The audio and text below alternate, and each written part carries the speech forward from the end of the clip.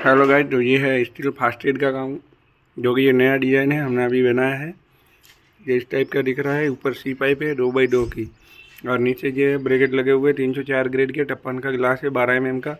और इसकी जो रनिंग फिट की जो कॉस्ट है वो करीबन 1500 रुपये रनिंग फिट है। तो कैसी डिज़ाइन लग रही है गाइस, चैनल सब्सक्राइब, वीडियो को लाइक और शेयर करना। धन्यवाद। जय हिंद, जय भारत। ये नीचे का पोर्शन है जहाँ 10-10 फीट के ब्लॉक बने हुए हैं। जो इस टाइप की लग रही है। बाहर से भी इसका लुक दिखा देता हूँ, सामने फ्रंट में जाके भी। थोड़ी जल्दी में इसलिए वीडियो ज़्यादा तेज़ बना रहे हैं।